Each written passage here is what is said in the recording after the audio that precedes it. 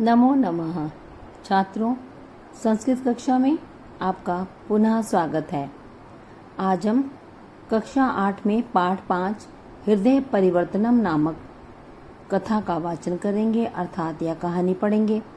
यह कहानी बच्चों आपने बचपन में सुनी होगी। आपने हिंदी में भी इस पाठ के विषय में अवश्य ही पढ़ा होगा, जिसमें महात्मा बुद्ध और डाकू अंगुलीमाल के बीच हुई वार्तालाप के विषय में चर्चा आप लोगों को अवश्य ही याद होगी। तो आइए संस्कृत में इस पाठ का वाचन करते हैं। इस पाठ में लोट लकार से संबंधित आपको वाक्यों को ध्यान देना है। लोट लकार जैसे पट्टू, पठताम, पठंतु लकार में इस तरह से शब्द चलते हैं। किसी भी धातु में इस प्रकार से लोट लकार के वाक्य इसमें आपको नजर आएंगे, जिसे आपको ध्यान रखना होगा। आइए पढ़ते हैं। एकदा भ्रमण महात्मा बुद्धः श्रावस्ती नगरम अगच्छत्। एक बार भ्रमण करते समय महात्मा बुद्ध श्रावस्ती नगर में अगच्छत् मतलब पहुँचे, वहाँ गए, श्रावस्ती नगर में गए।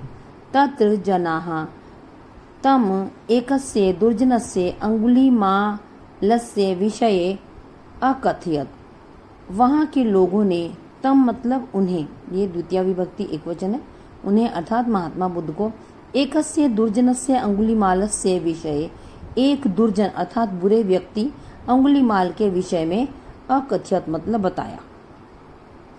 यह मतलब जो, जनानाम अंगुलिम छित्त्वा तेषाम माला कृत्वा धारयति स्म। स्म के योग में बेटा ये भूतकाल का वाक्य बन जाता है। जो लोगों की उंगली काटकर उनकी माला को अपना कृत्वा मतलब मालाम कृत्वा माला बनाकर धारयति स्म अपने गले में धारण कर लेता था, कि उसने अभी तक कितने लोगों का वध किया है। उसने बेटा जो अंगुलीमाल डाकू था बहुत ही क्रूर और निर्दयी था, जिसने प्रण किया था कि मैं कम से कम 108 लोगों का वध करूंगा, और उनकी गिनती याद रखने के लिए वह उनकी एक उंगली काटकर उसकी माला के रूप में गले में उसे धारण कर लेता था। सह दस्युः वह जो दुर्जन व्यक्ति था, जो बुरा व्यक्ति डाकू था, अष्टाधिक शतम मानवान वधम कर्तुम निश्चयम कृतवान। सह दस्यु राक्षस ने, उस डाकू ने, अष्टाधिक होता है 8 अधिक, शतम मतलब 100, 100 से 8 अधिक अर्थात 108 मानवा नाम मानवों के अर्थात मनुष्यों के वधम कर्तुम निश्चयम कृतवान मानवों का अर्थात मनुष्यों का वध करने का उसने निश्चय किया हुआ था कि मुझे 108 लोगों का वध करना ही है। महात्मा बुद्धः अचिंत्यत अहम तम दस्युम अवश्यम मेलिष्यामि इति। महात्मा बुद्ध ने जब उसके बारे में सुना, अचिंत्यत अर्थात उन्होंने सोचा। ये भूतकाल के वाक्य हैं बेटा, जिसमें किसी भी धातु से पहले अ लगने से वह भूतकाल का वाक्य, अथवा स्म लग जाने, अंत में स्म लग जाने से वह भी भूतकाल का वाक्य ही बन जाता है। उन्होंने सोचा अहम तम दस्युम अवश्यम मेलिष्यामि इति, कि मैं उस दस्यु अर्थात उस राक्षस को, उस डाकू को अवश्य ही मिलूंगा, ऐसा उन्होंने विचार किया। श्रावस्ती नगर से नृपः तस्य वचनम श्रुत्वा। जब श्रावस्ती नगर में जहाँ वो पहुंचे थे, वहाँ के राजा ने उनके वचनों को सुना, मतलब महात्मा बुद्ध के वचनों को जब सुना तो अवदत, तो उन्होंने कहा, भगवान एकाकी माँ गच्छतु भवान। ये लोट लकार का वाक्य है बेटा, तो गच्छतु इसमें शब्द है, गम धातु है, लोट लकार प्रथम पुरुष एक वचन है, कि भगवान एकाकी माँ गच्छतु भवान। भवान होता है पुल्लिंग एक वचन के लिए, कि आप एकाकी माँ गच्छतु अकेले मत जाइए। सह निर्ममः निर्दयी च अस्ति, वह बहुत ही निर्मम है, जिसमें ममता नाम की कोई चीज नहीं है, उसके विशेषण शब्द है, और निर्दयी भी है, वह निर्दयी भी है, उसमें दया नाम की कोई चीज नहीं है। यदि भवान गंतुम निश्चयम कृतवान, यदि आपने जाने का निश्चय कर ही लिया है, तरही तो मम सेनाम नयतु इति, तो मेरी सेना को साथ में लेकर जाइए। नयतु नी धातु लोट लकार प्रथम पुरुष एक वचन है, ले जाने के लिए अर्थात मेरी सेना को ले जाओ, अर्थात मेरे सैनिक भी आपके साथ ही जाएंगे आपकी रक्षा के लिए। बुद्धः एकाकी एव वनम गंतुम निश्चितवान, अर्थात महात्मा बुद्ध ने एकाकी एव अर्थात अकेले ही वनम गंतुम वन जाने के लिए, गंतुम गम धातु तुम प्रत्यय है बेटा ये, निश्चितवान अर्थात उन्होंने निश्चय किया कि वे अकेले ही वन में जाएंगे, उन्हें राजा के साथियों की अर्थात उनके सैनिकों की कोई आवश्यकता नहीं है। वने अर्थात वन में, ये सप्तमी विभक्ति एक वचन का शब्द है बेटा, वने अर्थात वन में, अंगुलीमालः उच्च स्वरेण अवदत, जब वे वन में पहुंचे तो उच्च स्वर में ऊंची आवाज में अंगुलीमाल डाकू बोला, साधो तिष्ठ पुत्र गच्छसि, अरे साधु महात्मा जी ठहरिए, कहाँ जा रहे हैं आप। बुद्धः अकथयत, महात्मा बुद्ध ने कहा, आगच्छ अहम तु त्वया सह मेलनार्थम एव आगतवान, महात्मा बुद्ध ने उससे कहा, आइए आओ, अहम तु मैं तो, त्वया सह तुम्हारे साथ, ये तृतीय विभक्ति, सह के योग में तृतीय विभक्ति का प्रयोग होता है बेटा, मेलनार्थम अर्थात मिलने के लिए, एव मतलब ही, आगतवान आया हूँ, आगच्छ मम समीपे आगच्छ, महात्मा बुद्ध ने उसे बड़े ही शांत स्वर में और बड़े ही निश्चित होकर उससे कहा कि आओ, मैं तो तुमसे ही मिलने आया हूँ, मेरे पास आ जाओ।